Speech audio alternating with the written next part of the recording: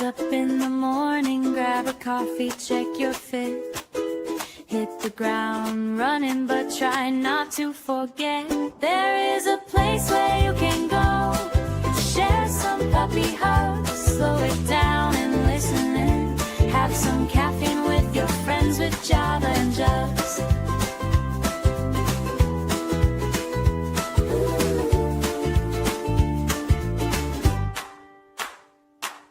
The best way to start your week, to make that AM commute. Have that hot cup in your hand and wearing something cute. And don't forget, girls, there is a place where you can go and bring your favorite mug. Slow it down and listen in. Have some caffeine with your friends with Java and Jugs.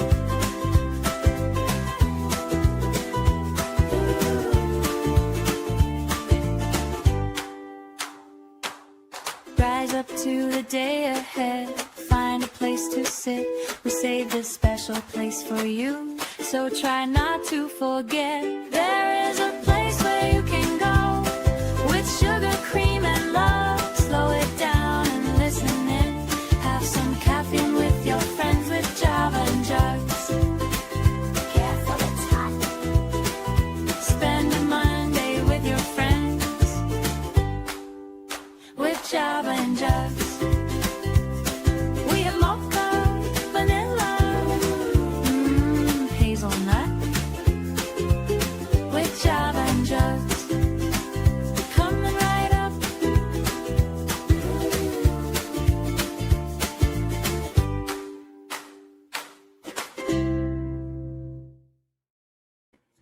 Good morning, fellow skeptics. And today's word of the day is taco. And for Trump, a nonstop cycle of threats and then turning around and backing down. This was last Wednesday, people. Last Wednesday. And then he goes for negotiation and the art of the deal. But then the chaos is the real outcome. Some would say that the point, as if bankruptcies and failed ventures and lawsuits weren't enough evidence, and every time the market jumps, it sparked accusations and scrutiny about who benefits. All right, welcome to the show, and thank you for joining us, everyone. Happy Monday! Well, Last as happy Wednesday. as it can be, considering. Holy shit! It's been a wild one. Last Wednesday. He can't help himself. It's practically an every week thing.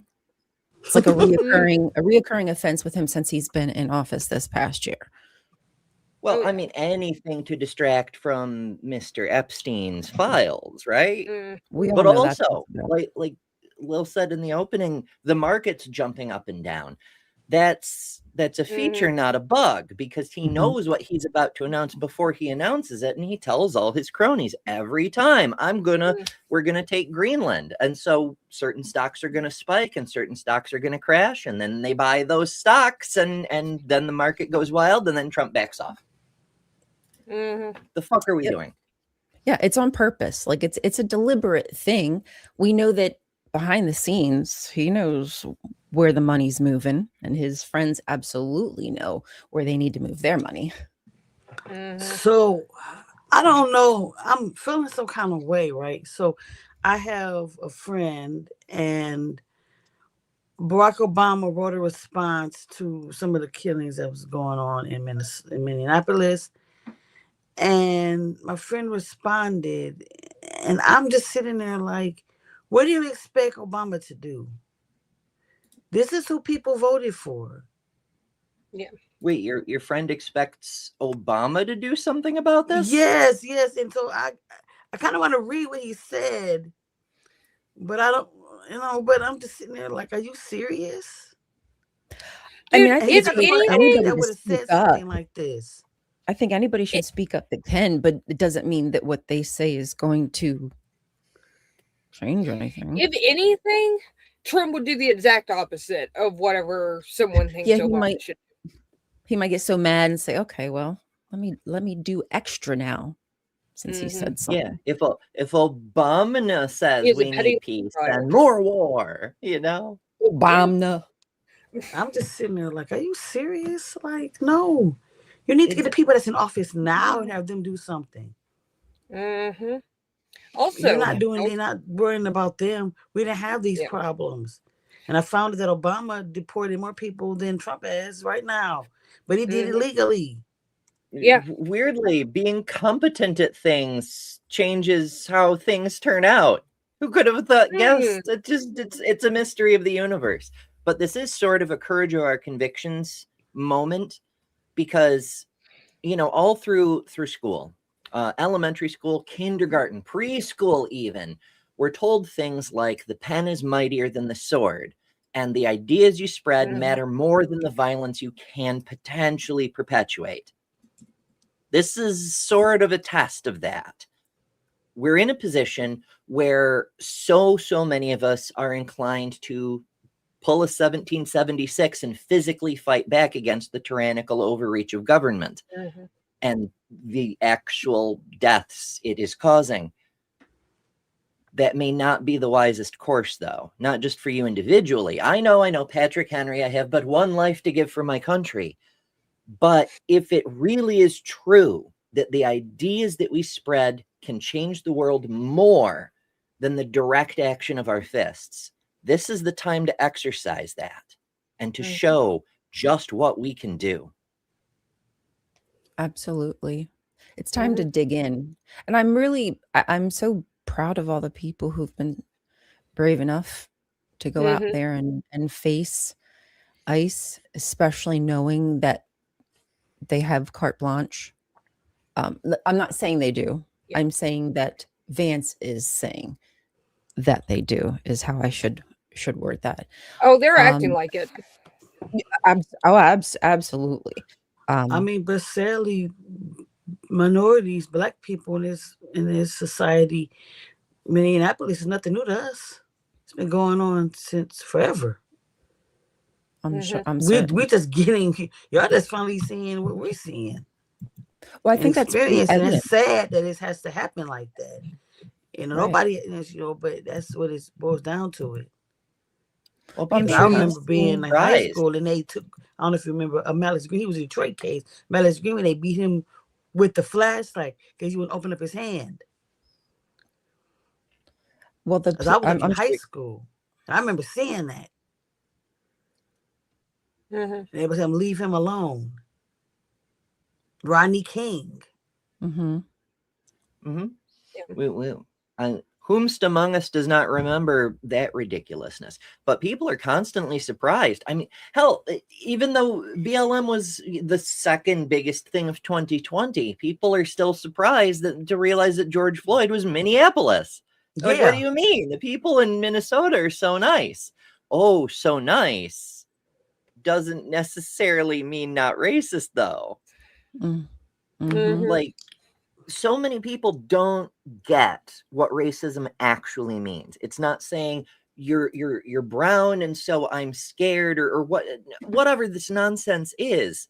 It's an underlying belief that a different kind of human isn't fully human because they're not your kind of human. This is the same sort of tribalism that goes into xenophobia and Islamophobia and homophobia and all the other phobias, because it's the same thing. It's you don't look like me, so you can't be a real human. You're not quite fully human, and so your life doesn't matter as much.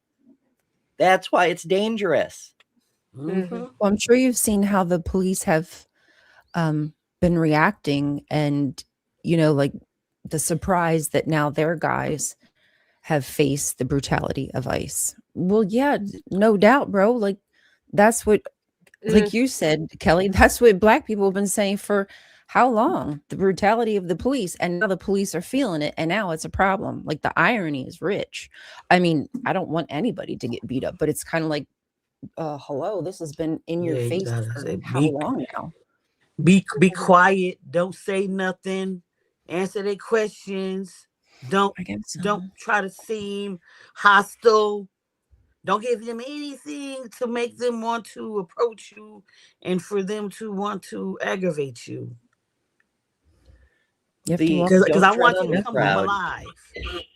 They've already started to replace their "Don't Tread on Me" flags with "Comply or Die" flags. Like, as with so many things, it started as a meme, but then they just started doing it. Please tread on They've me. got the boot all the way in their mouth. You know, a couple months ago, I was on Politicality, you know, with Joe and Robin. And so I was like, they look at you two, quote unquote, and say y'all white trash. They don't care. Y'all the same, you know, that's what they think. Society, they don't think y'all matter at all. Oh, sorry. Y'all don't have the money unless you cis white and got money. You're not irrelevant in this society anymore. It's true. We can't even say use your white privilege to stand between the cops and the people that they're after, because now they just shoot us too. Yeah. You know, and I realize right. it's ridiculous that white people are finally up in arms now that they're shooting white people, but at least the white people are finally up in arms, you know? But the thing is it's not the first time. I've watched several, sadly, instances of white people getting shot by the cops as just as much that didn't deserve it, you know, either, you know, just as George Floyd didn't. But I guess now maybe because it's live streamed, maybe that's the difference here, is now it's in our faces and we can't deny. Because the videos from Mr. Pretty, what a name. But the videos from Mr. Pretty were out instantly, you know, everyone filming it. So, first of all, so many different camera angles, but also they were uploaded right the fuck away because no one trusts the investigation first. That's exactly why one of the first things that anybody who's in the know says, please record. Be safe about it, but please record. And in this instance, it is absolutely going to make it unequivocal that he did nothing wrong and that they lied from Jump Street about what happened. Like just straight up fabricated a story and narrated it for the public because they knew if they got to the public first, that, you know, we've said that before, and you've said it with the boots and the travel in the world before the truth can ever get its shoes on, whatever.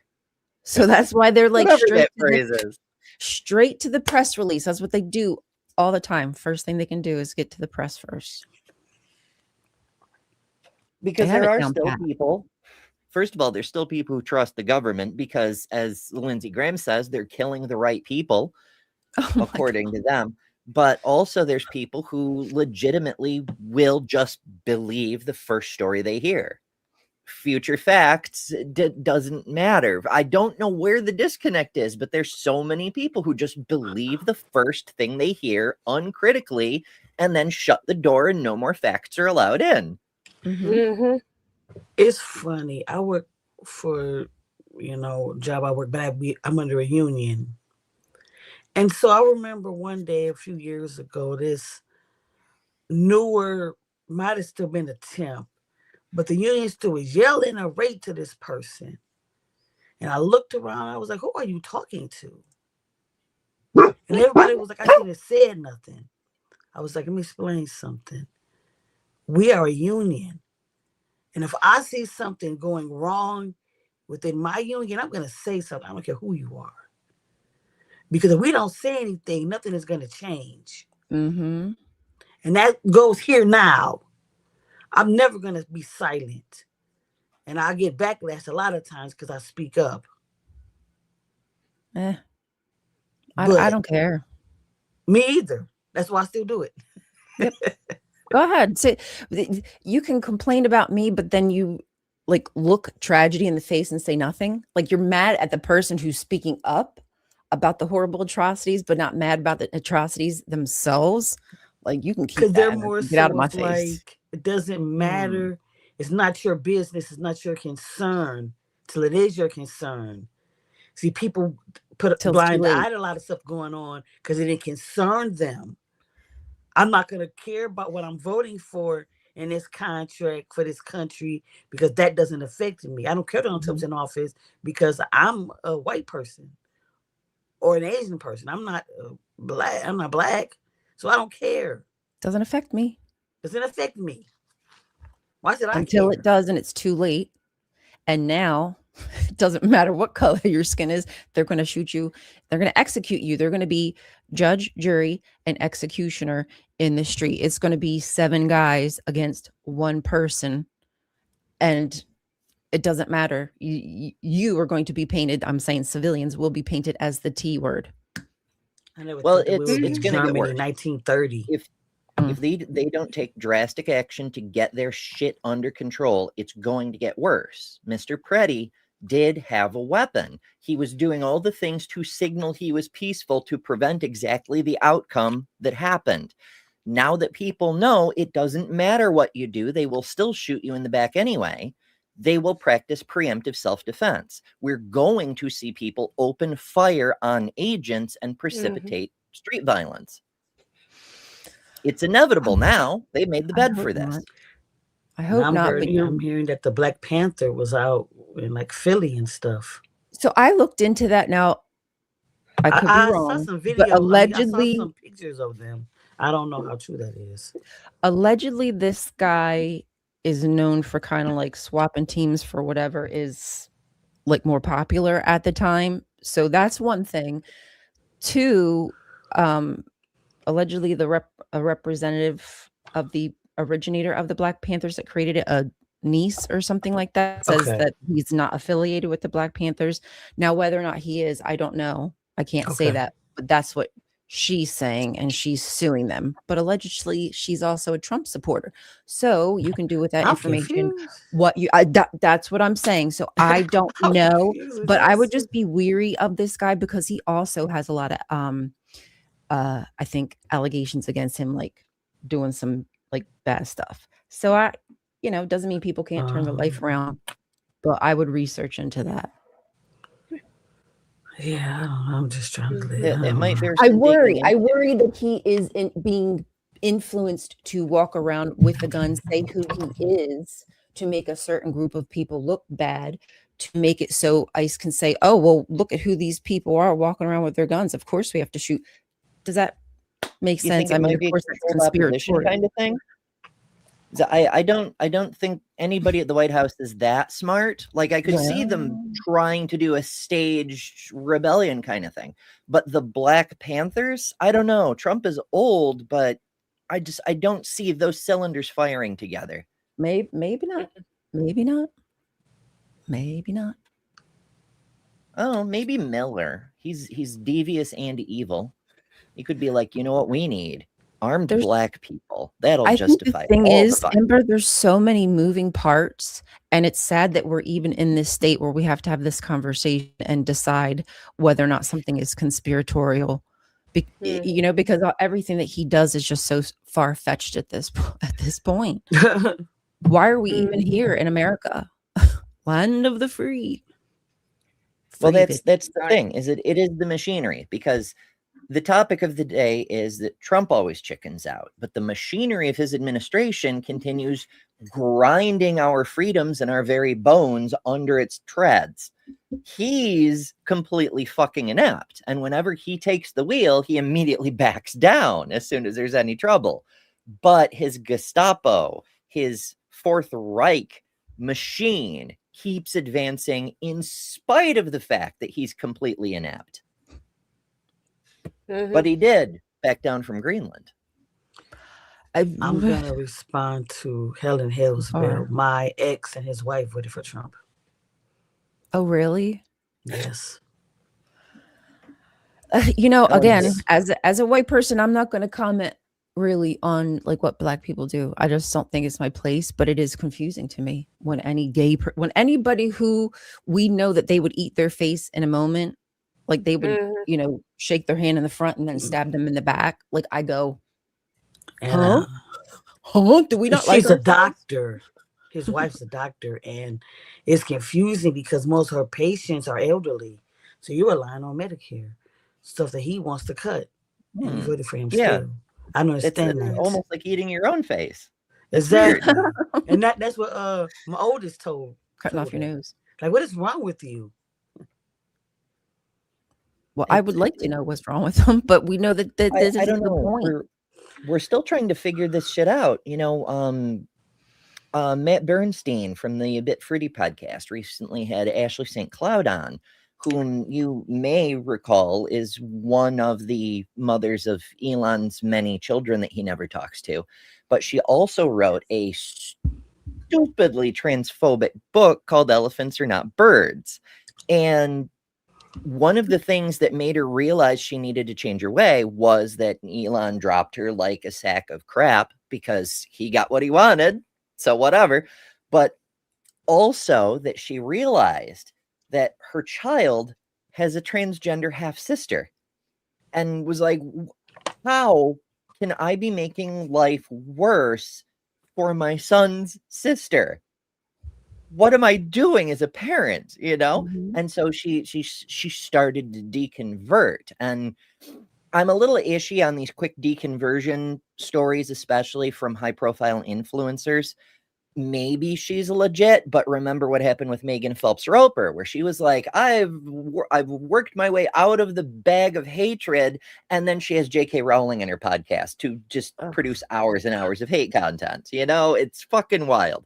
But we can study cases like this and try to find out what it is that helps people turn that key to escape the shackles of their ideologies. And in Ashley St. Cloud's case, it partly was being a mother, only partly though. But that helped her realize there's more to it than what happened to her. But she did have to admit it was Elon not holding up his end of the bargain as far as the reproduction contract, that she realized that her face too was very tasty to the leopards. And she said on Matt's podcast, she said it's one of those situations where it really is, it's not a problem until it's a problem for you personally. Yeah, so true. I can say for me as a mom, that was a large part. Now, it didn't happen right away, but that was a large part for me of waking up, because my parents were very strict when it came to how I was raised and what I believed and what I did and who I associated with, etc. I was like, there was no need to do that to me. Like, I'm smart. I'm a good person. Like, I'm not going to get in trouble to the extent that they feel like I'm going to. So I relaxed myself with my kids, and I didn't drive and instill this God idea and what they had to believe. I let it up to them. And that was for me also almost a willingness to start opening doors to asking questions too. So I totally get the mom part. But maybe it was because they ate her face and that made her realize something. I don't know. I'm hesitant, but I'm happy, I guess. There's the human inclination to want a simple answer, a single simple answer to everything. And when we see a complex situation and we see, there's some people who deconvert from the hate cult, what is the thing that does the trick? And we want there to be like one pill we can offer someone and be like, take the damn red pill and the doors will open and you'll escape to reality. And that would be wonderful, but it doesn't look like there is one, because every high profile case of deconversion like this, it's multifaceted. It's always something like, I'm a mother and I was betrayed by a red hat, It's wild. Austin points out we need to protest, keep protesting, keep escalating, keep disrupting the system and creating pressure. That's how protests actually create change. Partly, the administration is largely ignoring the efforts of protesters, which is eating their own face after a fashion, but that's another thing altogether. I'm not going to say we should call for a national strike. I will say that calling your boss and saying, I'm sorry, I can't make it, there's an ice storm, is an absolutely appropriate thing to do, considering the weather. Shutting stuff down, job, like I think there's doing a lot of walkouts in Minnesota. So that's a great way to get their attention, because money, you don't want to hurt their pockets. They don't like when people hurt their pockets. That's the fastest way to get them on board, is to make it apparently obvious that if they choose the wrong side on this, their pocketbook's going to be affected. Yeah, I know we laughed and talked about this before, but I'm like, can we just leave all the hateful, racist people alone and go somewhere else? But then I'm like, then they'll probably get jealous of how we're living so happy in harmony, and then want to come and invade and take over that too. I know. Let's just walk away from the whole thing and build our communist paradise. That's what I'm saying, but they might try to come and invade that as well. Like, literally, they can't do anything without us. It's not just about hurting their bottom line. It's not just about impacting their pocketbook and affecting a change in policy by creating a greater financial strain on them than on us, just because we've always been poor. We can handle being slightly more poor, but if we stop producing their merchandise, if we stop buying their merchandise, if we grind the growth of the economy to a fucking halt, it hurts them a lot faster. And they know it. Whereas we could go out to the fields and learn farming in a season. We could go out to the forests and relearn how to hunt and gather. Whereas they're so bloated with money as well as fat. Their brains are so soggy with idiocy and self-importance as well as brain worms. They have no fucking chance outside of this kind of exploitative economic system. That's the nature of a parasite. The host can do just fine without the parasite, but the parasite does not last long without the host.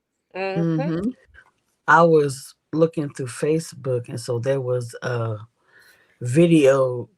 I'm dating myself, but of Jenny Jones, and she was talking to this. I don't know who she was talking to, but she was like, if you want to be racist, go ahead and be racist, but don't use anything that a minority created. And this was like from the 90s, whatever. And so people in the comment of the girl who reposted the little clip, you're racist. How do you get that from what she said? Right? If you have an attitude or feel some type of way about it, likely look in the mirror. The likely that you have sensitivity to it is because you're doing something that is similar to racism, adjacent at least. You know what I mean? The point is, if you don't respect, okay, let's say you don't respect Mexican people, why the F are you going out on tacos? Yeah, why are you celebrating Cinco de Mayo? Why are you wearing a hat? Like, why are you doing, like, that's so weird to me. That's where like the cultural appropriation is. Just using it as a costume for funsies doesn't mean anything to you. I eat fish and chips all day. Enjoying a culture and appropriating a culture. For example, Chinese New Year that's coming up in a little bit. Lunar New Year. As a general rule, Chinese people are very open and welcoming. They're like, come enjoy our festival with us. It's a really cool festival, and it is a really cool festival. It's participating in someone else's celebration of culture isn't the same as appropriating the culture. Does that make sense? Yeah. Like on St. Patrick's Day, everyone is Irish. There's a few Irish people that irks. They're like, oh, the rest of the year we need not apply. We're fucking potato people. But on St. Patrick's Day, now everyone else is us. But I'd say the majority of Irish people are still down for that. Even those of us who don't like St. Patrick, we're like, it's cool that people like Irish people for a change, because that wasn't always the case in the U.S. Yeah. Well, my shirt says "Kiss me, I'm not Irish," so. I like that. I'm not Irish, but if you want to kiss me, I'm not Irish. That's what my shirt says. I don't really care for St. Patty's Day, but anyway, I think about drinking. Yeah, right. That's my favorite holiday. Having drinks, but I can do that anytime. Yeah. So it's true. Lilith, what were you saying specifically last week was what Trump talked about. I mean, I have things that I wrote down, but I know we talked about recent. Okay, Greenland. It was Greenland was Wednesday. We covered it on politicality on Thursday, and then we had this massive ice storm that swept across the U.S. And then we had all this. Like, it hasn't even been a week. It hasn't even been a week. Right. It's wild to me. Like, I'm looking, Mondays are when I try to schedule shows for the coming week, and I just did an In Other News about Greenland on Wednesday. And I'm like, was it only Wednesday? Because time moves so fast. That's intentional. It's to keep us all exhausted, because if we're exhausted, we're emotionally maxed out, we're stressed, it reduces our ability to do things.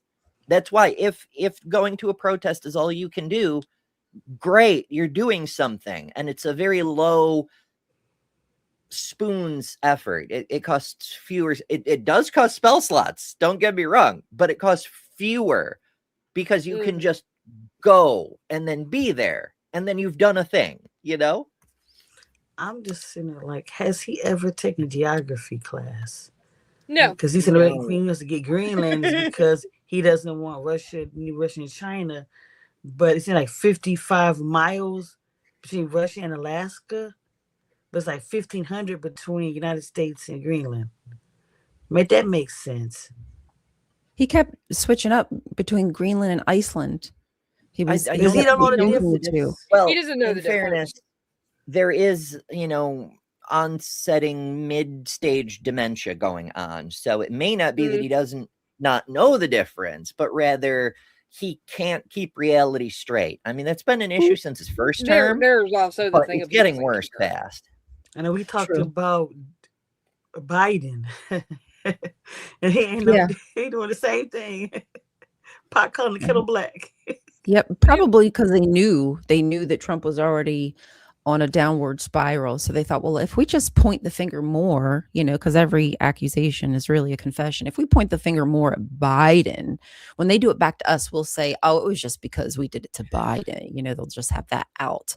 They love. And here's the thing: Biden's not in fucking office right now. He's not doesn't matter. Trump a little bit blamed Biden for COVID. Trump was president during COVID, but he still blames. It's a trick they used the first time. Everything is Obama's fault. Now, it's true in politics, everything is always the previous guy's fault. But in Trump's first presidency, it was literally like he blamed Obama for 9/11. Obama wasn't even a senator then, let alone president.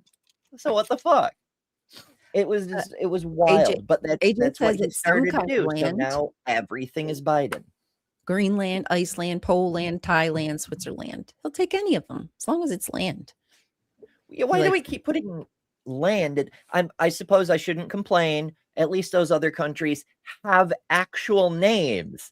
Our nation, the United States of America, it's a collection of states. It's a union of states on the continent of North America. It doesn't have a fucking name, though. That's just a description. So we didn't even bother to name our country. Like, we're not even the Democratic Republic of North Uzbekistan or what. Like, it's just there's a bunch of states, and here they are. Did you hear Trump say to I forget which outlet, or maybe to all of them, I forget, that we didn't need to have upcoming voting.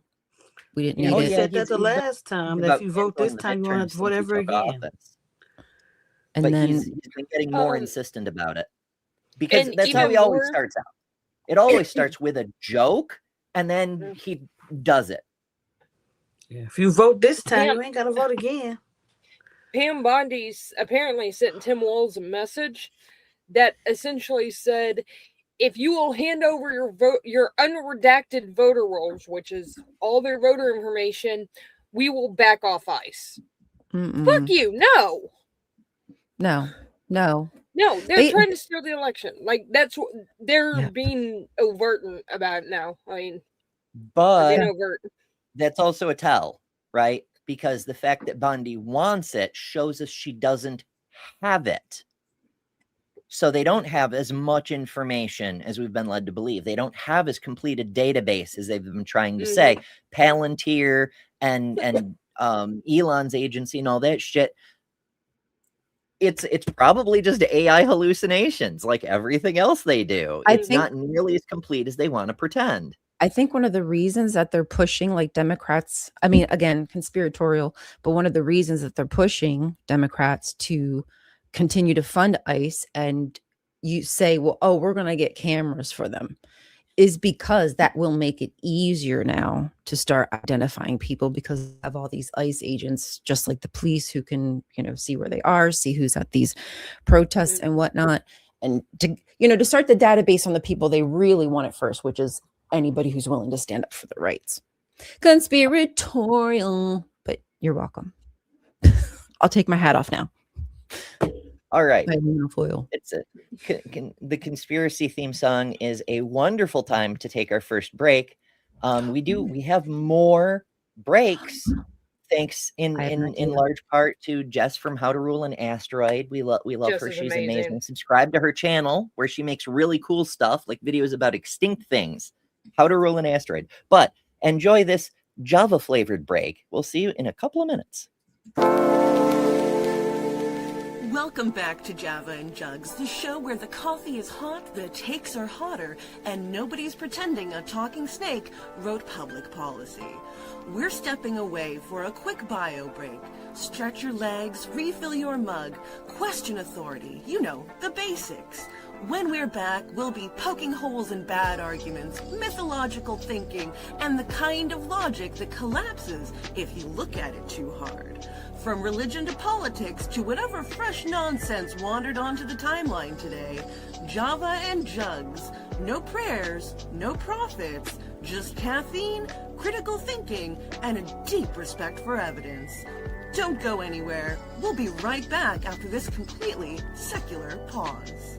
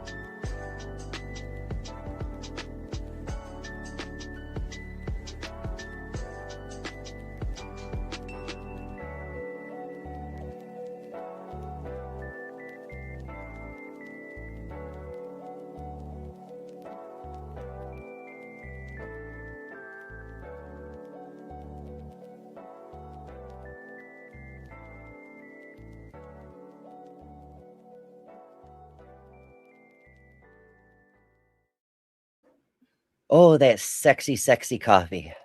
I want some coffee down my throat right now. What? Oh, sorry. Sorry, I didn't mean it like that. Whew, don't know what I was thinking after all them boobs. But inquiring minds want to know what type of coffee are we? Oh, yes, we were going to talk about that. What kind of coffee are we? I want to know, like, what would you brand yourself Caramel as? mocha. Your caramel mocha? Oh, what coffee would I be? Yeah, like if I had to go into a coffee shop, a premier coffee shop, and I wanted to buy the Ember Special, what am I going to get? I don't know, vanilla bean with lavender. Crunchy coffee? No, I'm just kidding. What about you, Lil? What do you get? What do you like? What you think? Probably like hazelnut or something. You're a hazelnut? I do a lot of hazelnut. I couldn't get to the coffee store this morning. I'm so mad. Ooh. There's 3 inches of ice. Okay, so for people who do not know, I live in Texas. There is 3 inches of ice outside. It is solid ice. You can't go anywhere. We are stuck. Call me when you get over. I got the snow. Whew. No, it's not even snow. It is solid ice. That's what I'm saying. I'm glad Michigan got snow. Thank you. We got snow. We got snow yesterday, and it melted just slightly enough in the sun that it turned to ice overnight. So yeah, it's 3 inches of solid ice right now. Oof. This morning I was up at like 5:30. Yeah. I was up at 5:30 and it was like, I don't know. It was almost up to my knee in some places. That's how deep it was. Little Miss Pickles was having trouble. In fairness, I understand that 3 inches is quite a lot for a red state. A whole lot. I mean, and like I said, this isn't snow. This is ice. This is solid ice. Which is even worse than freaking snow. Gosh, ice. That's when you're breaking your neck. We tend to get, and this is one thing that my ex never understood is like we will get snow occasionally, but we tend to get ice. We tend to get the worst of it. We get the freezing rain and the sleet and where everything turns like to solid ice. And yeah, it's 3 inches of solid ice. So we have no idea when it's going to melt enough that we can safely go out. Oh dear. For a solid slab of ice, yes. Yes. Cannot take that much ice. Do you know what I heard? What I thought was funny is when Levitt, just because we were talking about Trump saying we wouldn't need to vote, is saying he was being facetious. That's what she said. He was they are. He's so funny, you guys. He's a jokester. You know that jokester doesn't mean it. Real quick, I gotta tell this while we're still not far from the weather. So my dog Kip is a half lab, half Newfoundland. Huge ass dog. You would think she wouldn't mind the snow. She goes outside, puts 2 paws on the ice, slips, and hightails it back inside. It's like, nope. I have not been able to get her to go back outside since. She's not a dummy.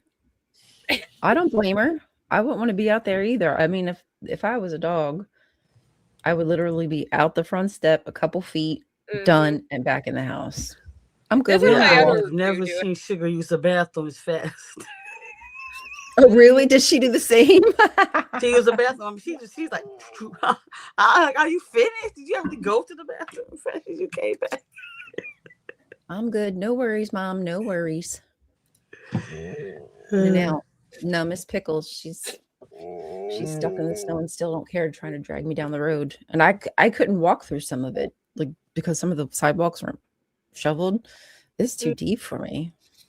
I was like, I'm sorry, but we got to go back home. Mommy's too old for this. It's like 5:30 a.m. I'm too old. I'm too tired.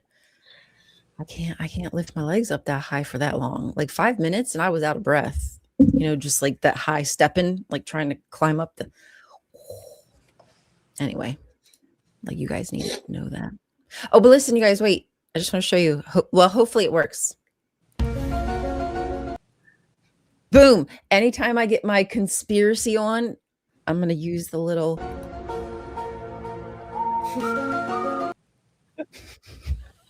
Oh, goodness. Since I like to do it so often, I might as well have it handy.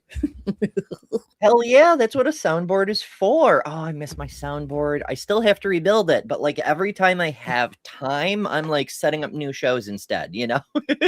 You do a lot of work. I mean, you do your show 5 days, and then sometimes you're making the stuff for this show on Monday on top of it, plus your other And shows. Transfactual and another news, and sometimes just a regular bonus Ember. And then there's the stuff on the other channels that I just and somebody we're else. trying to put together the call-in show, right? For Jav and Jugs. That those of you not subscribed to Jav and Jugs, make sure you subscribe to that channel because our new call-in show will go on that channel. It's is that where you're doing it?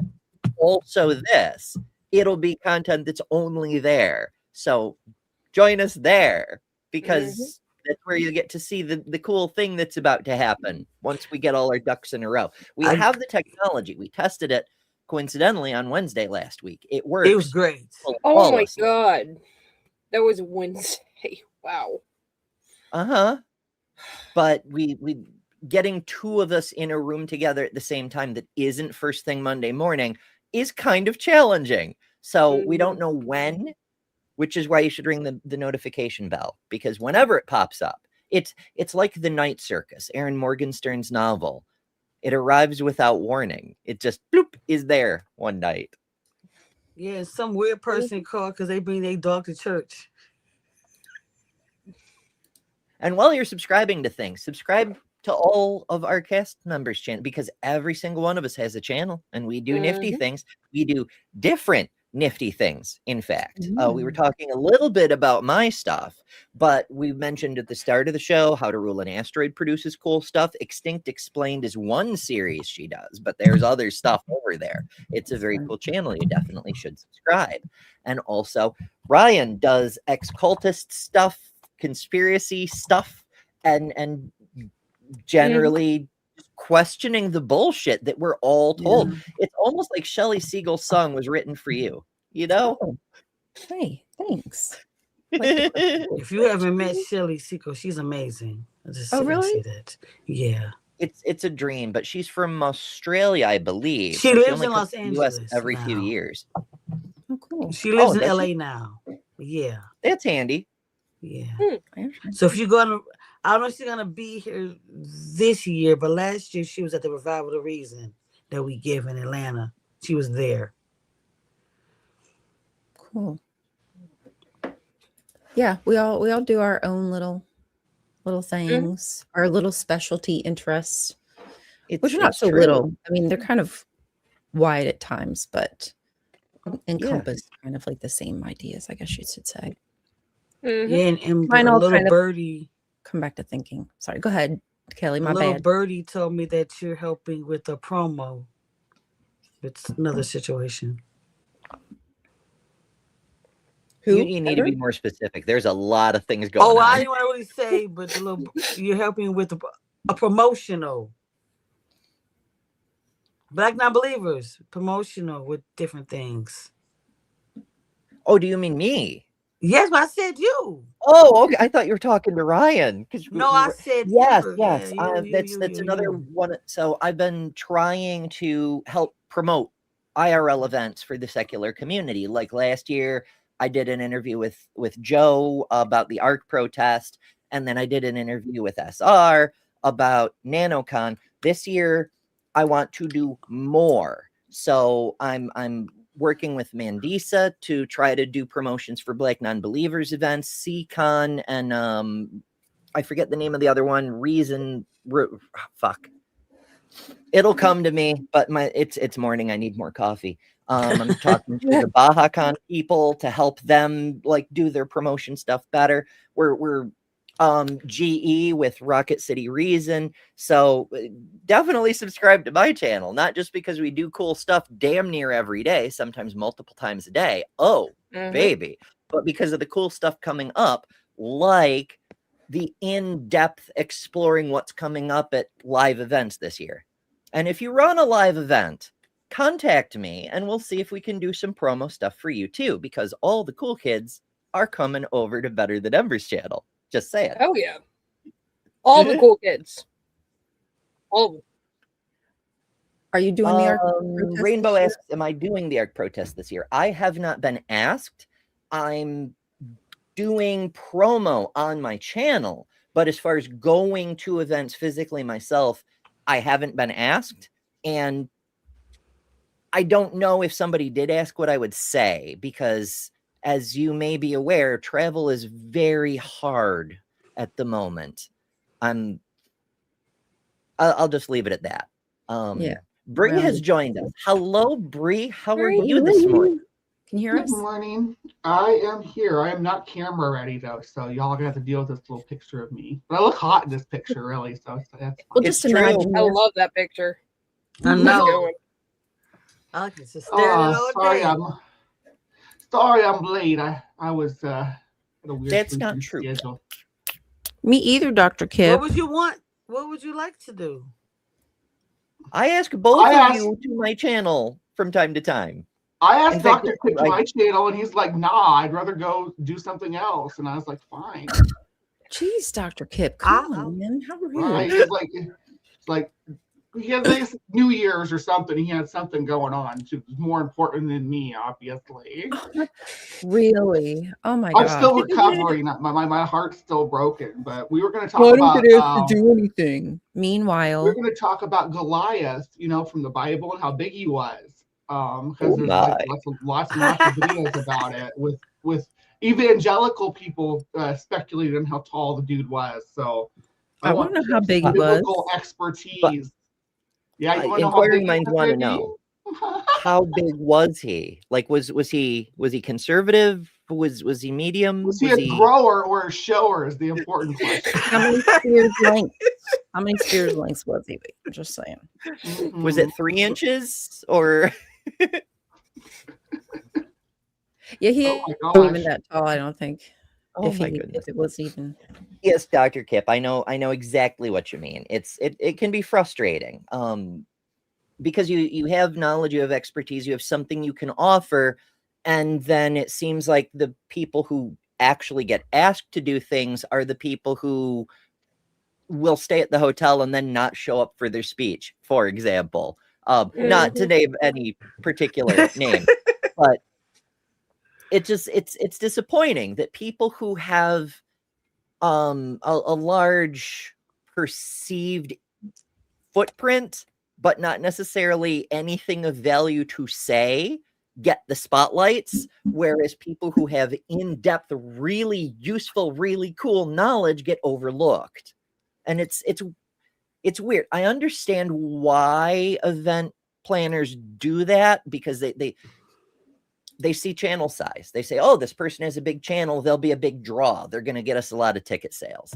That's not always how it works, though. Often people, especially at secular events, especially at free thought events, especially at reason-focused events, they prize knowledge and expertise. They want these events to expose them to people they haven't heard of because their digital footprint is smaller than some of the giant channels and they don't get any algorithm traction. We know the algorithm sucks and has been hiding all the cool people from us. So we want the humans to show us the cool people.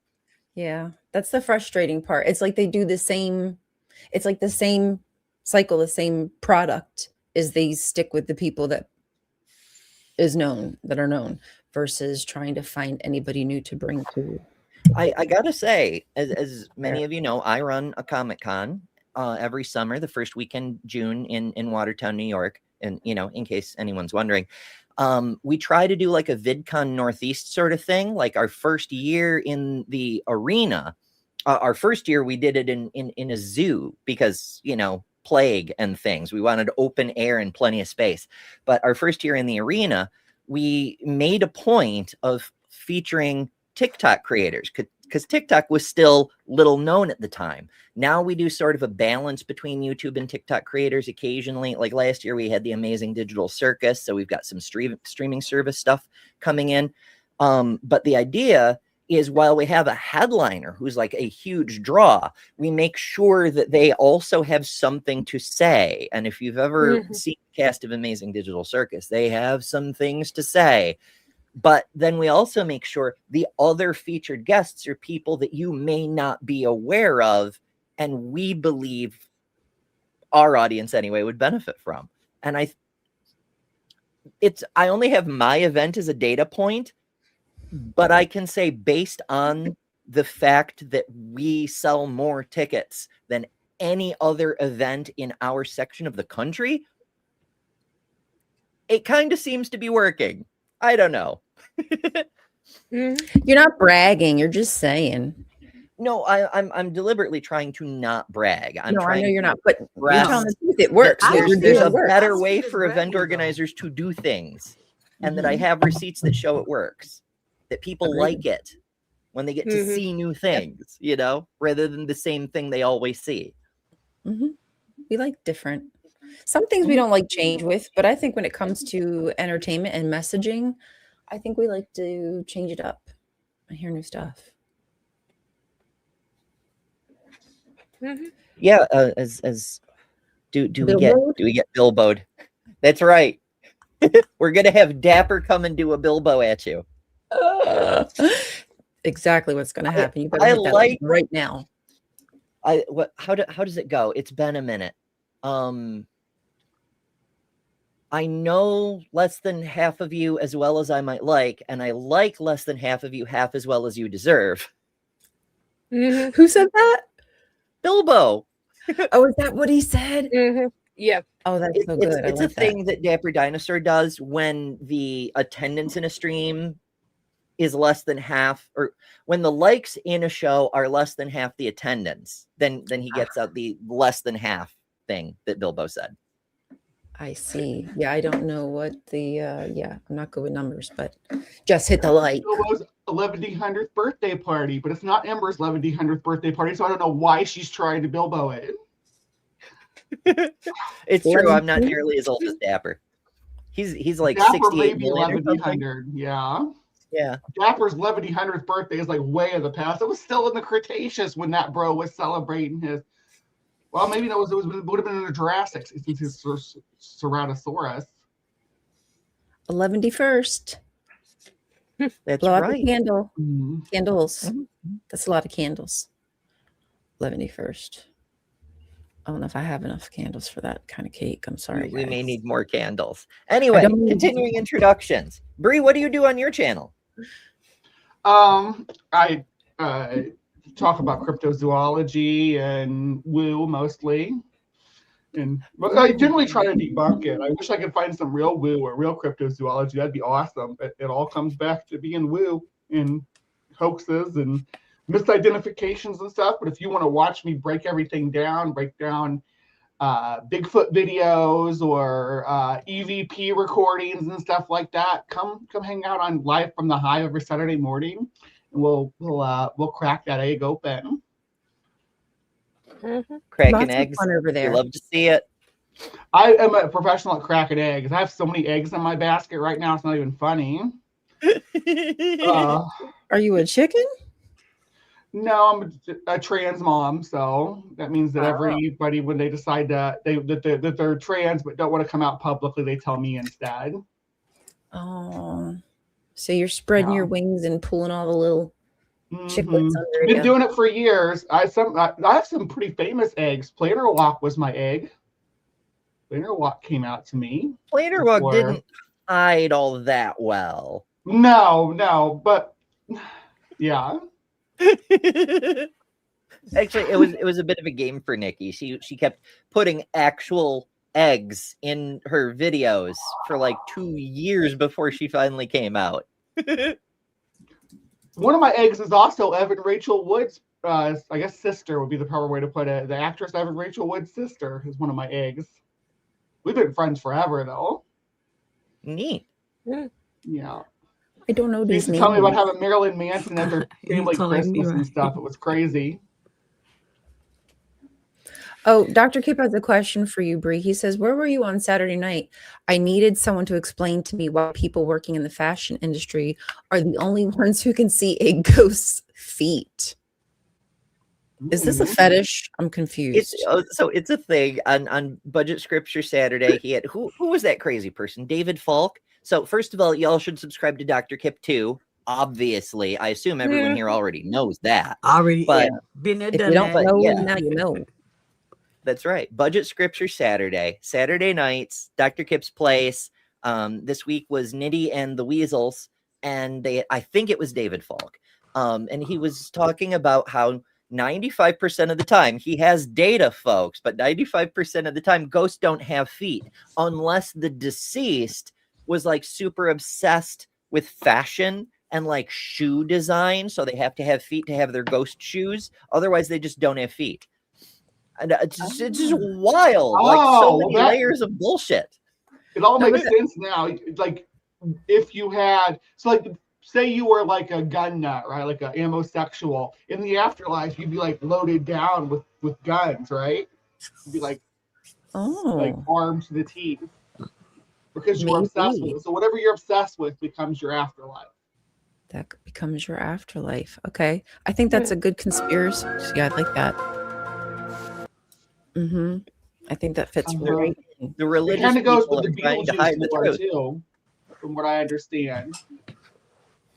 What if religion actually is a cover-up? What if people did figure out what really awaits after death and they made up religion to hide the truth, and only later did it get repurposed for controlling the masses and whatnot? You know, in an evolutionary fashion, people are like, yes, it does this, but it can also do this. But what if it actually did start as a conspiracy? Wait, do I have to play the music again? Just in case. Just in case. Be careful with that track too. Someone did my woo thing on my channel the other morning, and it got me a copyright claim. I had to erase it. Oh, boo. That's crazy. Mine's a lot longer than yours though, so maybe I just need to shorten it down. Well, I'll find That's another fair. one just in case. Just in case. But also, wherever the hell you're watching this, send super chats and things to help compensate for the inevitable demonetization when the bot gets their hands on this. I'm gonna get us, folks. Send your money now. Hell yeah. I'm hoping that Brie and I can work together in this month. We are working together this month. Okay, I'm making sure. Well, this coming month, not this month, but next month, February. Yeah. February. We're gonna do some like plantation ghosts and stuff from the old South. Talk about some racism while we're at Lake Lanier. So. Oh yeah, the one in front of the lake. Yeah. That's the amount of people that die in Lake Lanier. I would love swimming there. It's gonna be fun, and we're gonna make it fun. It's also gonna be educational. Oh yeah, it's definitely gonna be fun. Anything was still gonna be fun anyway, though. Yeah, it was always. It's just inevitably. And speaking of fun, for Black History Month coming up, join us next Monday. For once, we actually already have the thing prepared. It was a thing that Kelly suggested on Martin Luther King Day. PragerU versus Martin Luther King. We're going to take a look at that. What could possibly go wrong? Nothing at all.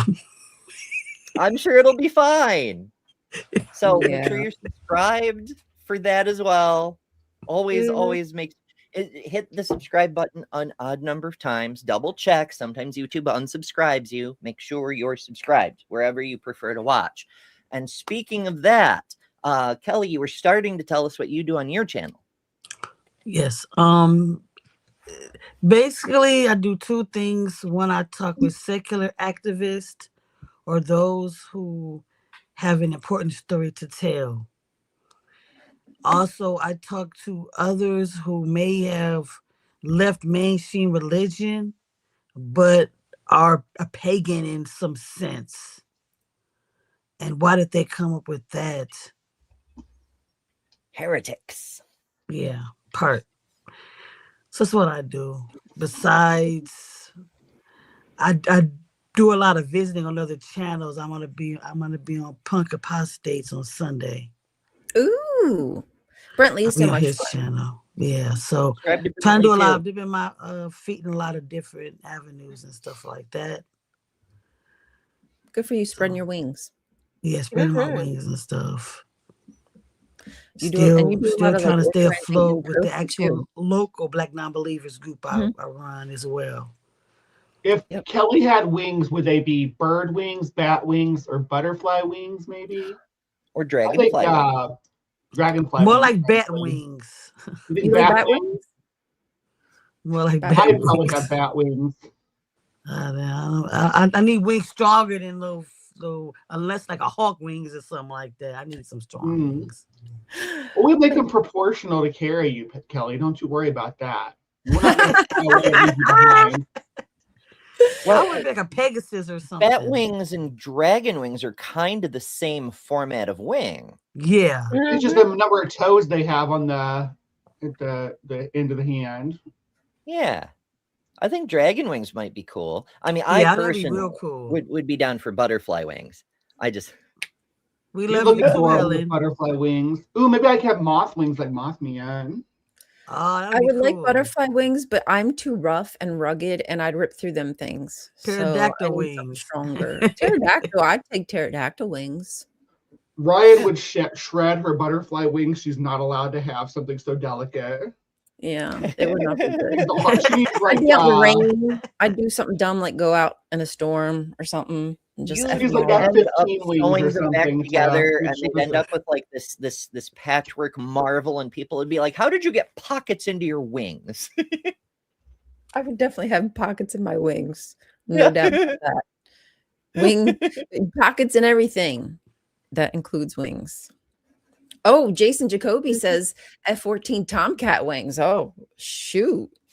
The kind of wings that just like Now we're fold out, getting industrial. just like That's what Falcon, Ryan needs. right? She's Transformer. Be a transformer at this point. I want to be okay. Sorry, let's transform. That's what I want. I want a little button. I'll push it. Decepticons. Ryan Starscream. I love Fantastic. Starscream. One of my favorites. I love the voice. I love everything about it. So boom, I'm a little tape cassette, whatever the hell. Yep, that's me. Are we going to Remember, it's rebrand going the to show? be Rainbow Dash, now? the pony. Have little My Rainbow alternate Dash me. wings. Oh, good morning, Kelly. Hey, Kelly. Better late than never. Speaking of Kelly, he's gonna be on my show. Him and the Godless Granny. The Godless Granny, yes. Yes, Kellys. Godless Granny. Yes, they Council will be of on Kellys. my show on Thursday. No, not Thursday, Wednesday. The This Wednesday? 28th. Yep. Oh, awesome. Nice. Okay, so this Thursday, make sure you subscribe. No, to... Wednesday. I'm not do it on Thursday because that's a politicality day. But Wednesday be on my show Wednesday. I will not never step on my Lil's toes. Oh, the love. Somebody else I might, but not her. Oh, for sure. So anybody who wants to find all these, Kelly's channel is Detroit Atheist Queen 24/7. But if you want a link, betterthanumber.com. All of our channels are here on the right side, and all these other creators that we're mentioning as well, like Brentley and Dr. Kip, are in this list on the left. These are all the channels I wish I'd known about sooner. Mostly skeptical, humanist sort of thing, but as far as our cast is on the right side here. So yeah. I also want to plug AJ Racy Human. She had a great video with Elliot Cantor, the investigator. Yeah. If you haven't watched it, please, like she said, follow her as well and watch that video. Yeah, Ways to Human channel. And go to the comments. Yeah, definitely comment, because there's some weird comments. Like, who the hell goes to a video about safety at live events and tries to bully people? Like, you're the reason there's no safety, bestie. Why are you bullying people? You're who we need safety from, sir. Exactly. It's ridiculous. Thank you, AJ, for posting that video and talking to Elliot Cantor. That was appreciated. So she did talk to the Elliot Cantor, the investigator. Yes, not the attorney. Real flavored one, yeah. Did they cover the slander against Elliot Cantor and the claims about him that were said by other channels recently? Because I know some people were saying some nasty shit about him that wasn't true. No, Like they did he not was like a mention rape attorney and about stuff like that. They did not How do you- mention any individual actual stories. Yeah. He talked generically. Pardon me. Can I interrupt for a second? Sure. No. Hide user channel. That's how you block, right? Yeah. On what now? Through StreamYard? On YouTube. Oh, on YouTube. The Vance regime. Yeah, you click on the name, and then at the bottom of the list it says hide user on this channel. I thought so, but it's been so long since I've blocked It's not the same as blocking it with your personal account. Okay. You'll still see them on other channels, but it'll prevent them from being a nuisance on that specific channel. Oh, that Okay. makes Thank you. sense. Sorry, guys. You've succeeded, but I thought his comment was funny about the Vance regime. Like, do these people really think that Vance is going to win the 2028 election? Either Trump's going to win or going to run again, or I don't even know if there's going to be a 2028 election the way things are going. But it seems like we're like aiming for the if we're in a state of war, you can suspend elections sort of thing. That's the goal they're going for. That's what it feels like, the chaos. But if they can just keep the chaos going, then they can hide all the destruction and devastation that they're causing. But honestly, I don't even think that they would choose Vance as their candidate if They wouldn't. If Trump doesn't. It's I mean, somebody different, somebody more. Go ahead. Go ahead, Will. I'm sorry. The thing that I've said, and I've said this about MAGA and all this stuff, is after Trump is no longer in the picture due to whatever reason, MAGA is going to fall apart. You have like 5 different factions led by 5 different people, and they cannot agree on freaking anything. The only person who has ever been able to hold this together is Trump himself. That's it. Once he is no longer in the picture, it's going to be impossible, because Vance has incredibly bad approval ratings. Nobody likes him. He has no charisma whatsoever. Half of MAGA hates Fuentes and the whole like Nazi wing of it, and then you'll have like the Ben Shapiro wing, and then you have the Turning Points USA wing. There's and multiple. Candace. Yeah. There's a lot more division than unification right now. They've really splintered. I mean, I'm kind of shocked that they did, but they really did splinter. The only thing they have in thank common Israel is for that. Yay! Israel will destroy it. Sorry, I just can't bring myself to thank Israel for anything. Yeah. Well, they destroyed MAGA. That's one thing. They are good at destroying things. I'll give them credit there. Vehicle.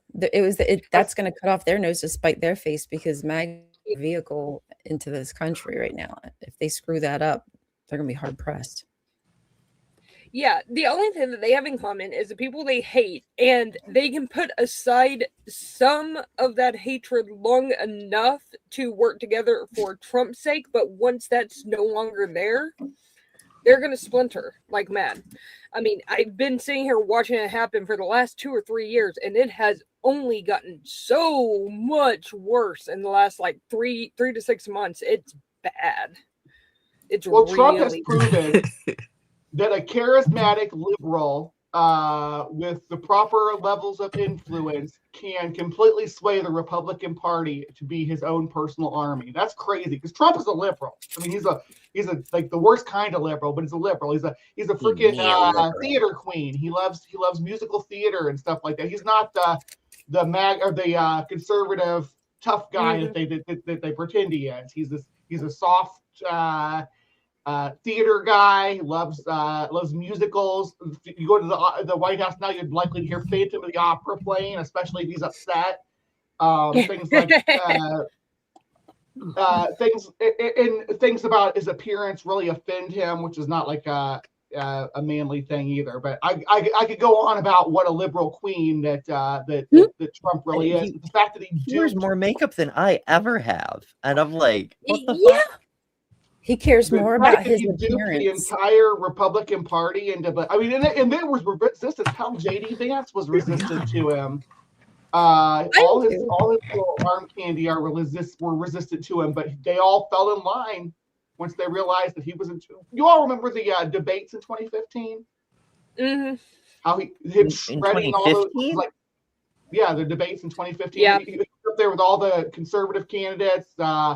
Who was up there? Ted. Just when he called Ted Cruz's wife fat and ugly, and he roasted them all, like just and now they just like kiss his boots. It's crazy. And he is. Yeah. I repeat again, Trump is a liberal. Wow. I do remember that. It is interesting to watch the pivot. You know, it's like the guy who came in the chat, like this is the same person who probably said, "Don't tread on me," but now he tastes the silicone in his mouth, like because he's just sucking on it so hard. And that's what I was getting at. They're always like, "Oh, the left are coming for your guns." It's always been the kind of the liberal centrist position. Like, you go far enough left, you get your gun back. You know, that's just the way that the spectrum works. But Trump being what he is, he's actually got the conservative party to be like, open carry bad. You shouldn't bring guns to. These are the people who raided the White House, or not the White House, sorry, the Capitol building with AR-15s, are now saying, why would you bring a handgun to a protest? Yeah, the same exact people. And the thing is you don't own these MF streets. Somebody could just be walking. He could have been just walking home the hospital because he's a nurse at the VA.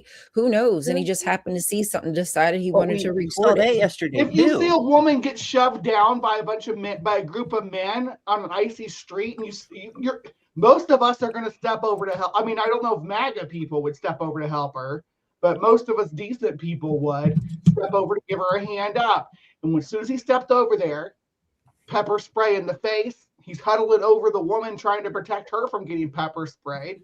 Tells them he's got to conceal and carry. They put the motherfucker on the ground and take his weapon away and execute him in the streets. Sorry, I'm very passionate and upset about this.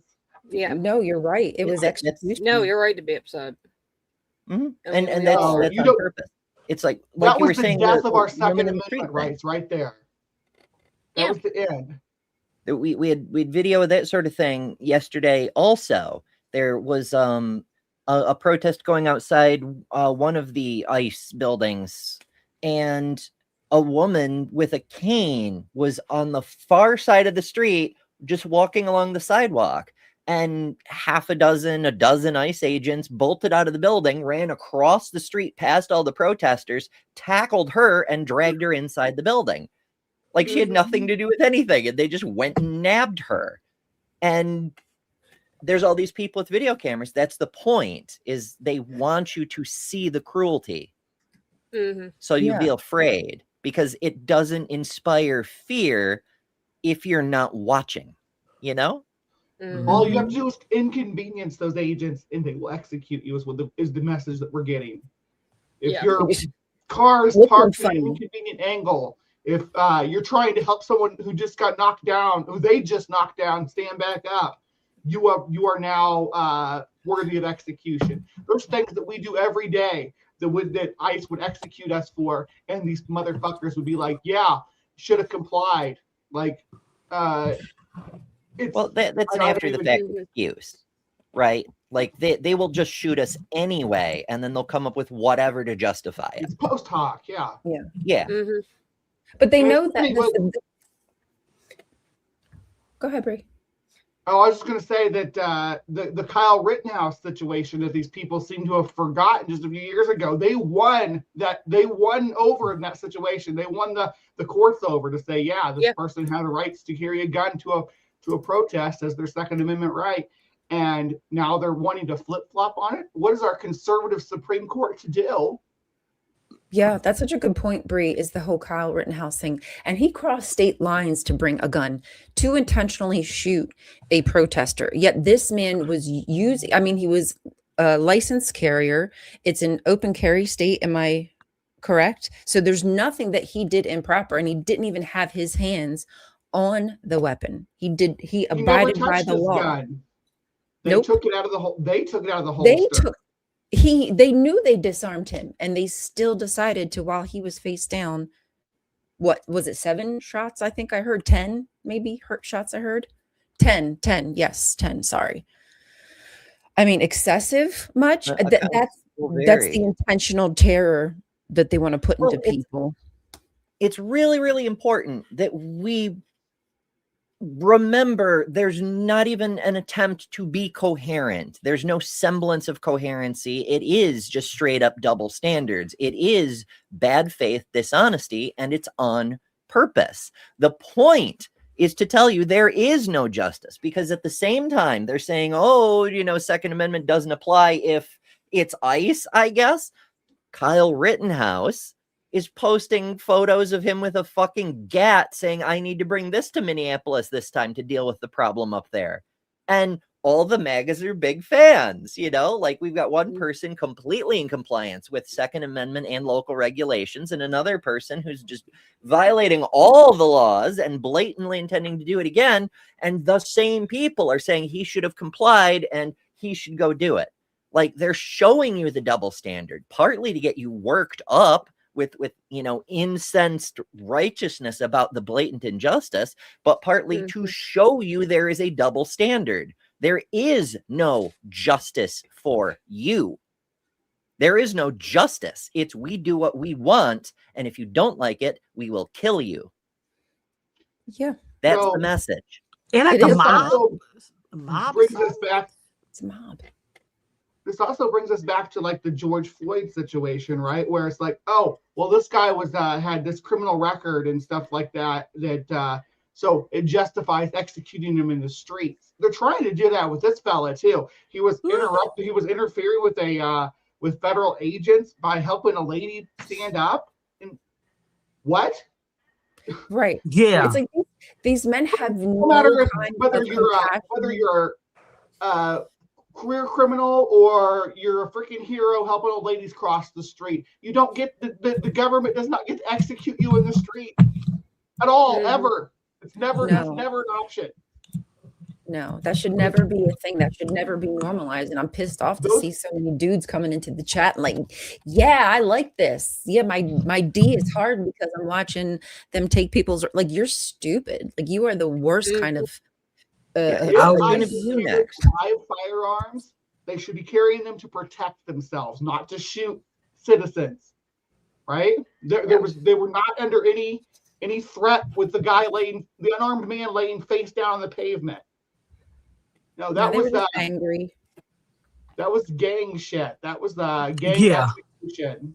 Yeah, I do think that because there was recorded one or two of them clapping, so I do feel as though they do talk about it beforehand. Oh, I should play the conspiracy music, but I don't. I do think they talk about it beforehand about taking someone down. Thank you. I think that's inspiring before they go out there. That was perfect. Yeah, it's a cover, and so we only have to pay mechanical royalties or something. Holy shit. All right, we're all a little worked up. Let's take this opportunity for well, we did a Java break. Let's do a jug break, shall we? You're watching Java and Jugs. Yes, the Java is coffee. Yes, the Jugs are, well, you're adults, you've noticed. We're stepping away for a quick bio break. That's right, hydration checks, caffeine refills, and the collective experience of trying to stand up gracefully when gravity has opinions. While we're gone, take a moment to appreciate the important things in life. Critical thinking, religious skepticism, and the miracle of supportive undergarments. When we're back, we'll be questioning gods, institutions, and anyone who thinks women can't talk politics without being distracting. Java and Jugs, brains up here, boobs also here, evidence everywhere. Stay tuned, we'll be right back.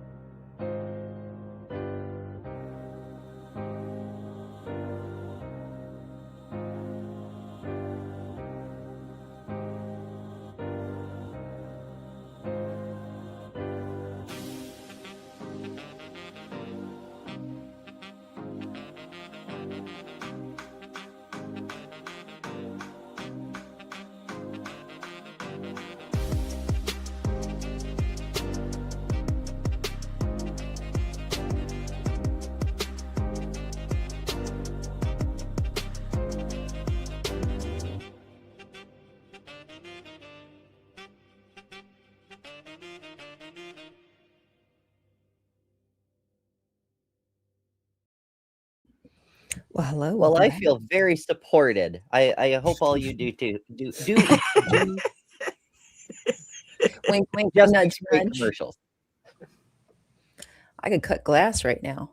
Somebody in the chat, I think, mentioned something about that memo, or maybe that's what I'm thinking they're discussing is the memo that was leaked. Yeah, that ICE doesn't need. Is that the one about the warrants? They don't need a judicially signed warrant to enter people's homes. I don't know. I haven't seen that legal video yet. He's referencing a video from Devin about how ICE is trained to be unconstitutional, but I don't know the specifics because I haven't seen that yet either. Yeah, there was a memo leak that said that they only need an administrative warrant to enter someone's house, which is complete and utter bullshit. They need a judicial warrant issued by a judge. So okay, I thought they're straight up telling their agents to break the law. Essentially. Because they don't know the law, because they're fucking incompetent. Yeah, they don't know. They don't know. Maryland also, I think it passed, if I remember correctly, but there is now a law in Maryland that says that you cannot be an officer in the state of Maryland if you've ever been an ICE agent. So there's at least that. So if people aren't aware, I'm just going to read this paragraph really quick. An internal ICE memo from May 2025 directs agents to use force to enter residence with only an administrative warrant, which are signed by ICE officials. So it's basically just internal documents, and don't require a judge approval, according to a whistleblower complaint. And they do need a warrant signed by a judge. Authorizing themselves to bypass the warrant from a judge. Right. It's the Bible proving the Bible. You know what I mean? It's the same kind of logic happening there. ICE investigated themselves and found they did nothing wrong, right? That's where we are. Yeah, pretty much. And with this memo, they were also showing it to people, talking to them about what this memo meant, and then would not let them have a copy of it. So they were trying their damnedest to not let this get out. Got out anyway. Yes. Now that tells you something, that there's a memo, but you can't have it in your hand. You can't have it sent to you.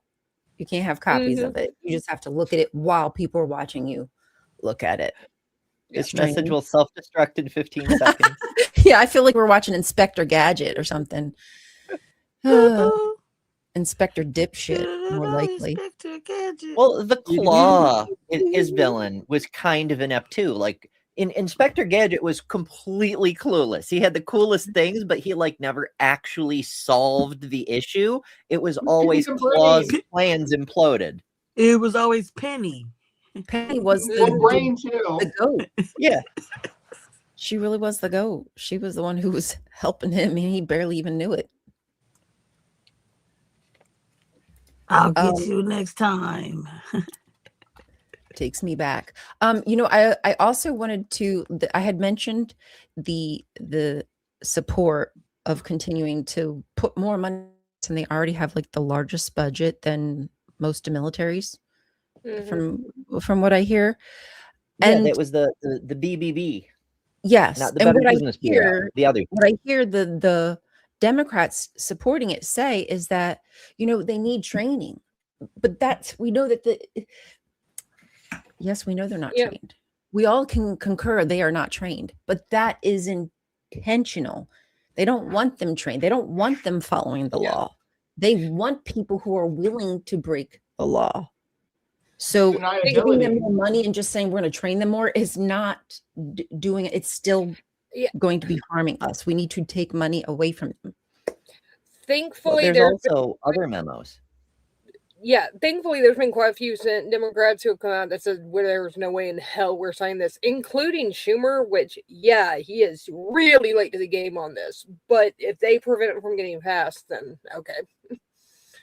Well, he is good at writing letters and signing things, or not signing things. As the case may be, that's his one function. Yeah, if he actually follows through and does what he says and does not vote for this bill and gets his people not to vote for it, then that's at least a small win.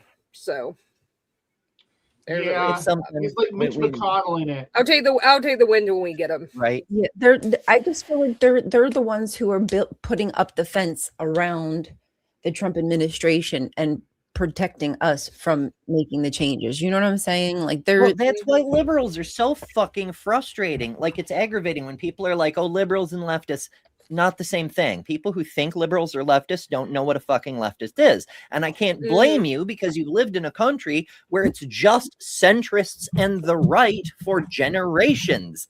But the fucking liberals, they want to negotiate, they want to compromise, they want to talk things out while the bad guys have guns in the streets. Bipartisan. We need to write a letter and use our words. Bitch, they fucking sent a mob to the Capitol just a few years when ago. They go low, we go high, don't you know? No. The time for all that like kindness and turning the other cheek is, we have to stop that. That is over. Like, we can still be diplomatic, but damn, we need to put our dukes up. Right. To be clear, like I said at the start of the show, this isn't an either or. This isn't a black and white situation where it's either strongly worded letter or open rebellion. Neither of those is going to get you what you want. They're both bad options. We need to be effective, not maximally rhetorical. Actually, I think open rebellion is the only thing that's ever worked, but I'll shut up now. Please don't. I just want to get money out of politics. The lobbyists, the special interest groups, they have to go bye-byes. Yeah. I don't want need to be on any more watch list, Kelly. I'm just telling you. But yeah, Sally, that's inevitable, though. The system is not broken. It's working exactly the way that Reagan intended it to. So that part. Break down government. They restructured to make the government in the late 70s and early 80s to do exactly what it's doing now. What they did was they sucked all the capital out of the lower middle class. So even if we did want to rebel, we don't have the resources to do it. And they tied together the very, very rich to our government representatives, and they hold complete control over them because of the all power of the almighty dollar, and we are completely helpless against it. So we have money in politics. Yeah, money is politics at the moment.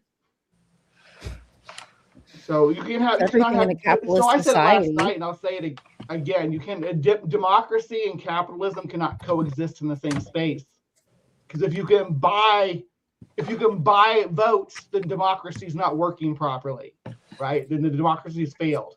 If you're able to purchase votes, voting power, if you're lobbying is the failure of democracy. The ability to lobby for corporations to lobby the government with money, to lobby candidates with money.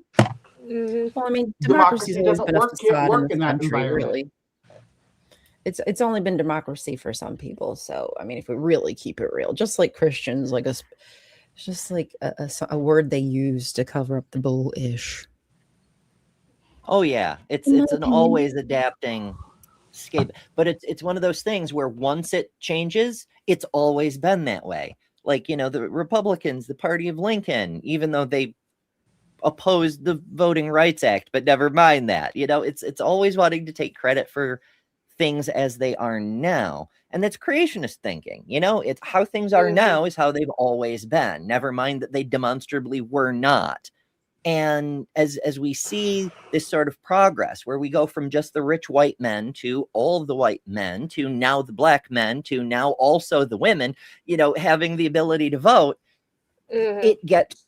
The reason we call the right reactionary is because they're reactionary. They're reacting to that sort of thing. There's elements within them who want to remove women's right to vote. They've talked about this publicly on stage at Turning Point, at CPAC, and so forth. And there's people who want to go even further back and remove black people's right to vote. And there's people who want to go even further back and literally just be an oligarchy, no votes at all. Just the rich people get to sit down, have dinner, and decide what's best for everyone. That is a great example. At the ballroom, the new ballroom. The party switch is a great example. You will not find a Republican that's like, Oh yeah, there was a party switch, and we were the pro-slave folks before. You'll never hear them acknowledge that. Or yeah, like the idea that in God we trust has always been there is our motto. Like, we used to have a kick-ass motto. It was E pluribus unum. Yeah. And now we have the stupid Jesus-y one instead.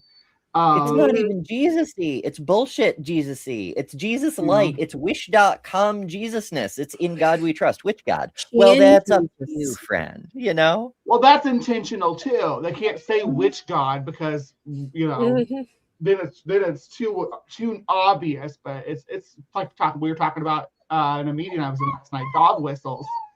Yes, dog whistles, Henry. That's what I'm saying. I don't know if y'all hear him, but he's like, when I bring that up, it really is that opinion.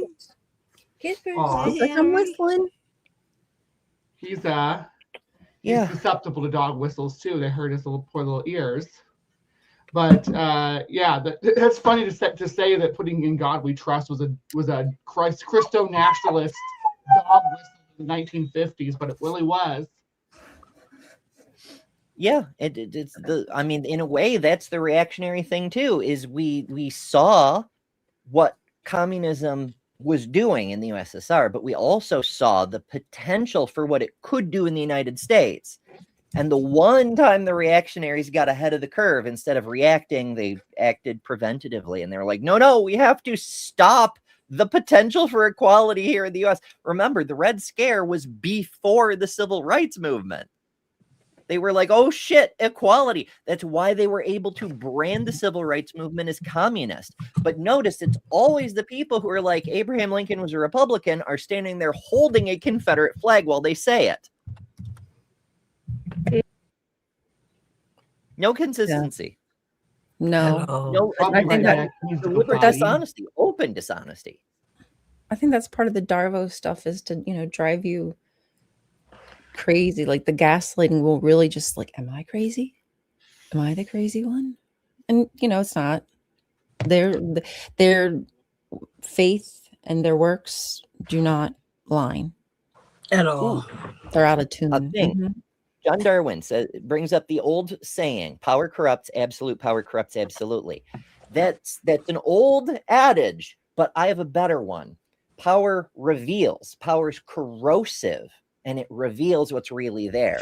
The fact that it seems to reveal so much corruption is because the people who seek power tend to be corrupt, but that's not always how it works. Every now and then you do get a leader with real integrity. The people who don't seek power, but due to circumstance, necessity, and their values have power thrust upon them.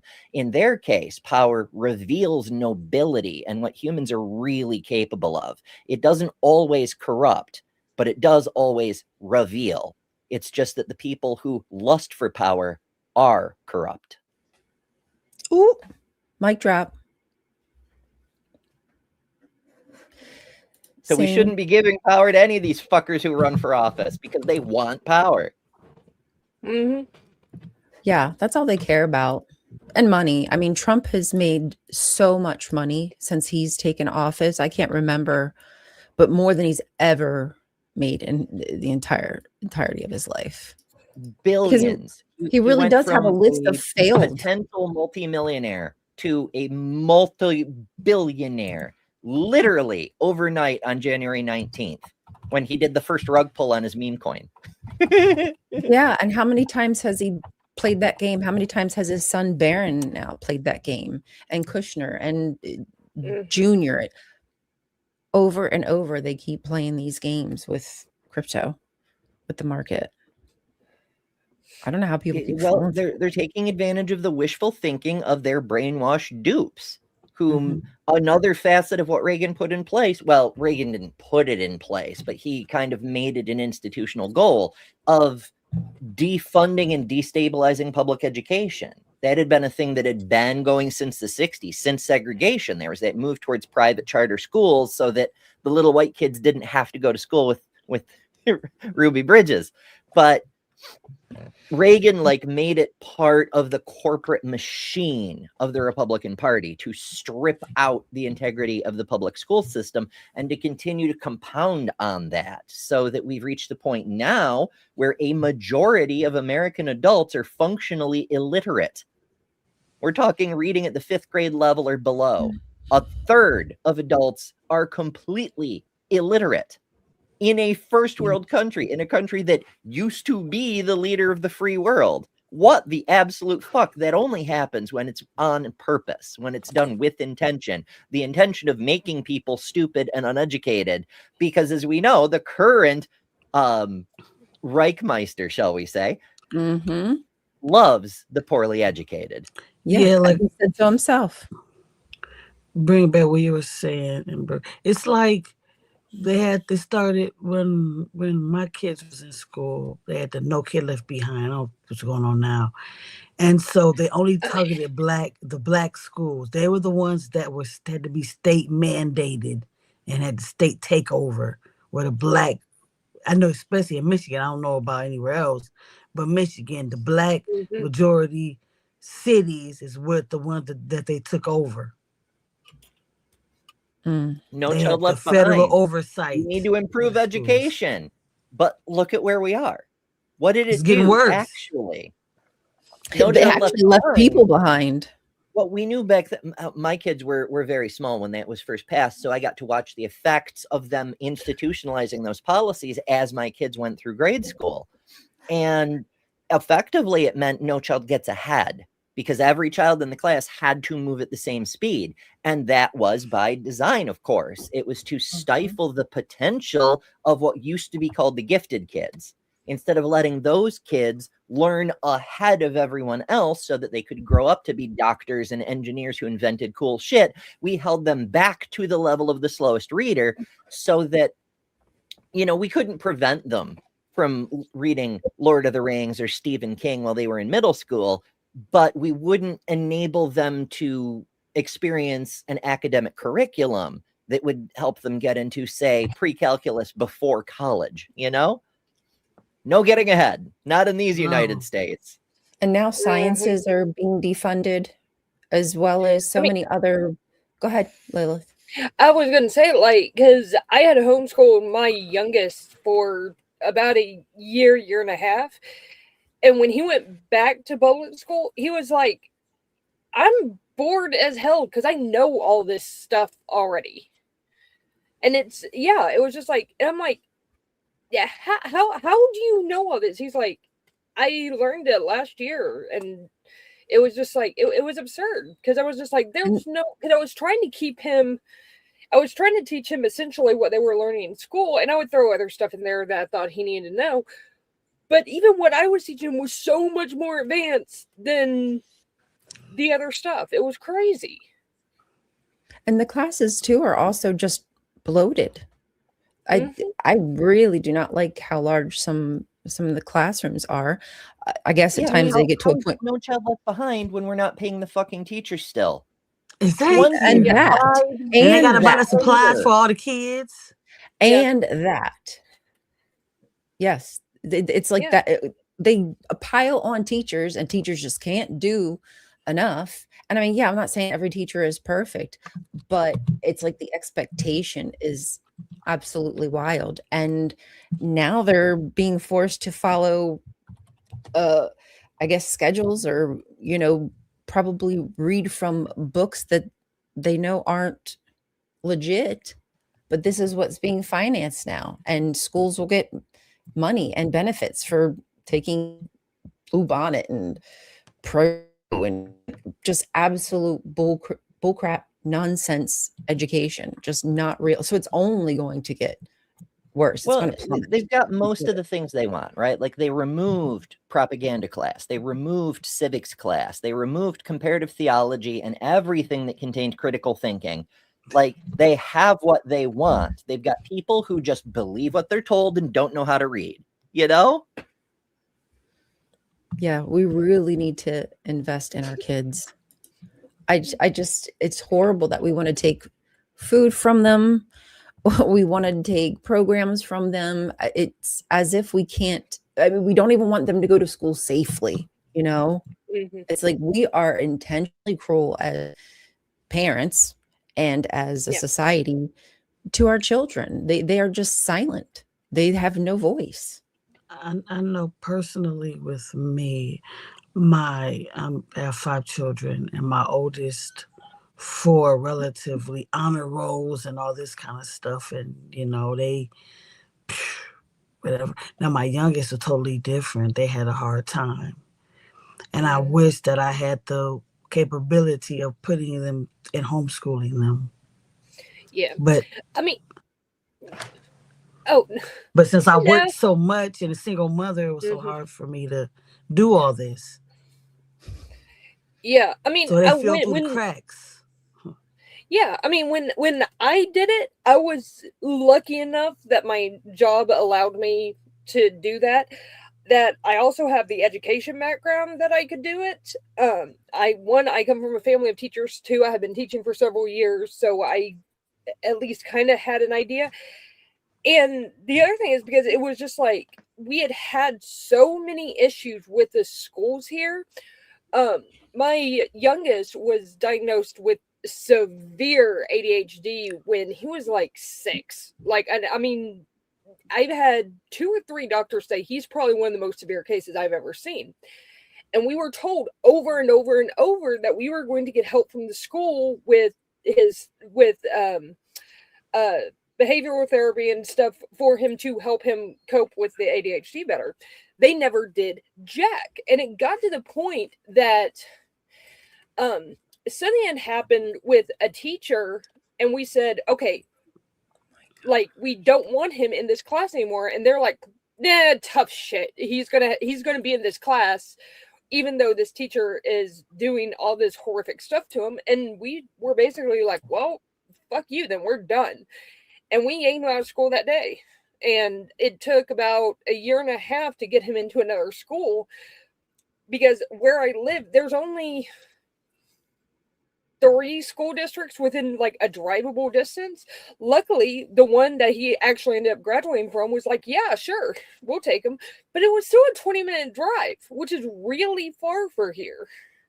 And it was just like the school itself wouldn't even help us with that. And it's just like there's not enough advocacy for children, especially children who have, whatever type of issues they need more help or whatever, have IEPs.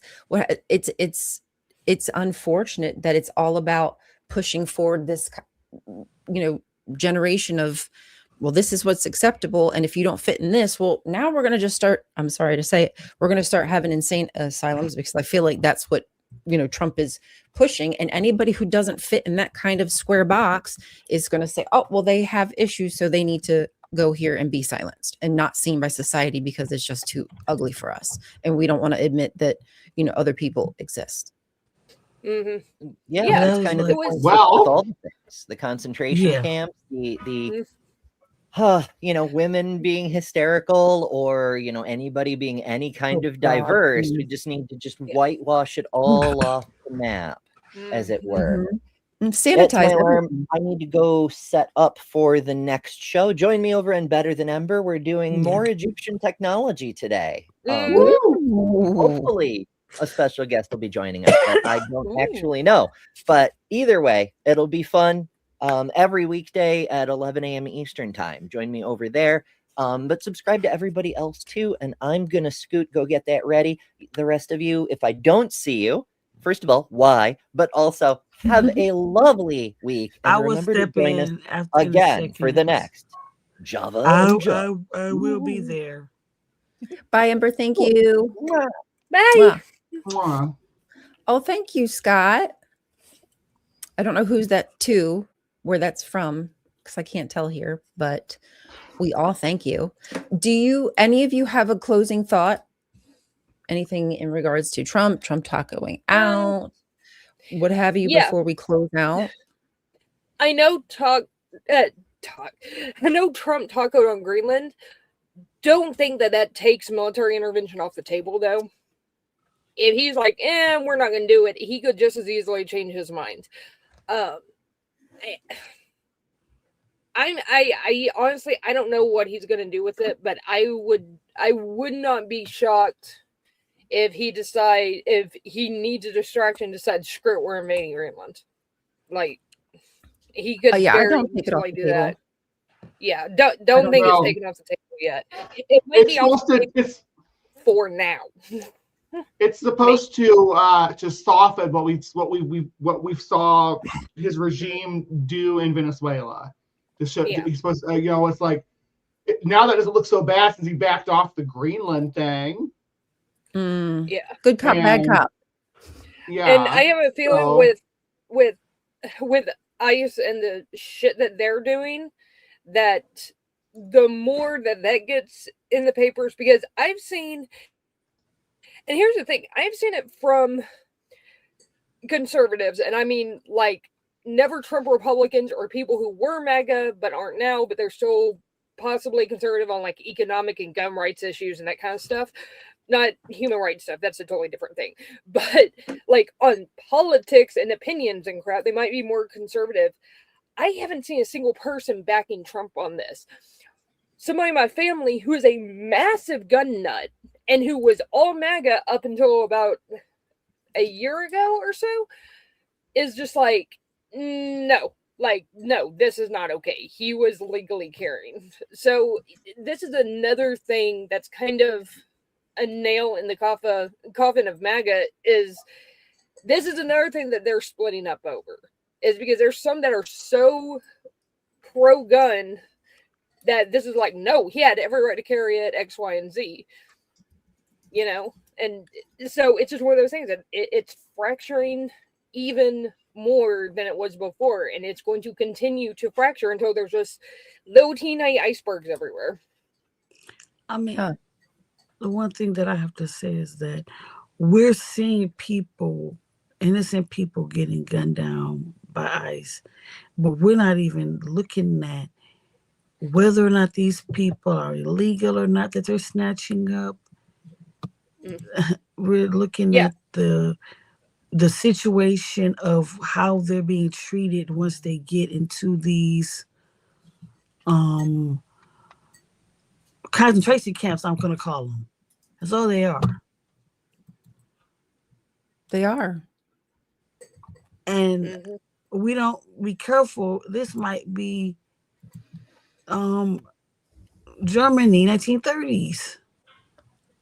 I do think we should take that seriously. I do feel we should take it that seriously, because this is just the beginning. So yeah, it really for is. me, as I said before, I don't need them to be holding hands like with the Nazi flag and the swastika to say, oh, there they are. Now I see that they're the same party. I just see their behavior and can tell that they're using the same playbook. And part of that playbook is the fact that the market sucks, the wages suck, housing markets suck. Nobody can afford housing. They keep saying we need to build more housing. No, that we don't need to build more housing. We need to fix up houses that we have. Thank you very much. The dilapidated ones that only were dilapidated because nobody took care of. There's, I'm sure, a family who would have loved to live in there and take care of it for an affordable rate. The fact that he won't even let us know what the jobs are. He fires the person and then he wants to go after the person who handles like inflation. And it's like, it's one after another that just proves to me that this is baked in goodness. This is all part of the plan. And they want us dumb. They want us willing to do anything for money because it's all we have, or, to take a job like ICE because that's paying 200 G's. And instead of working somewhere else hard for your money, breaking your back for $15 an hour. They wouldn't like me being an ICE agent. I'd be like, go run, get out of here. Right. Tripping people. Ooh, I don't even know where they went. I'm sorry, trying buddy. to chase them. Can I do that?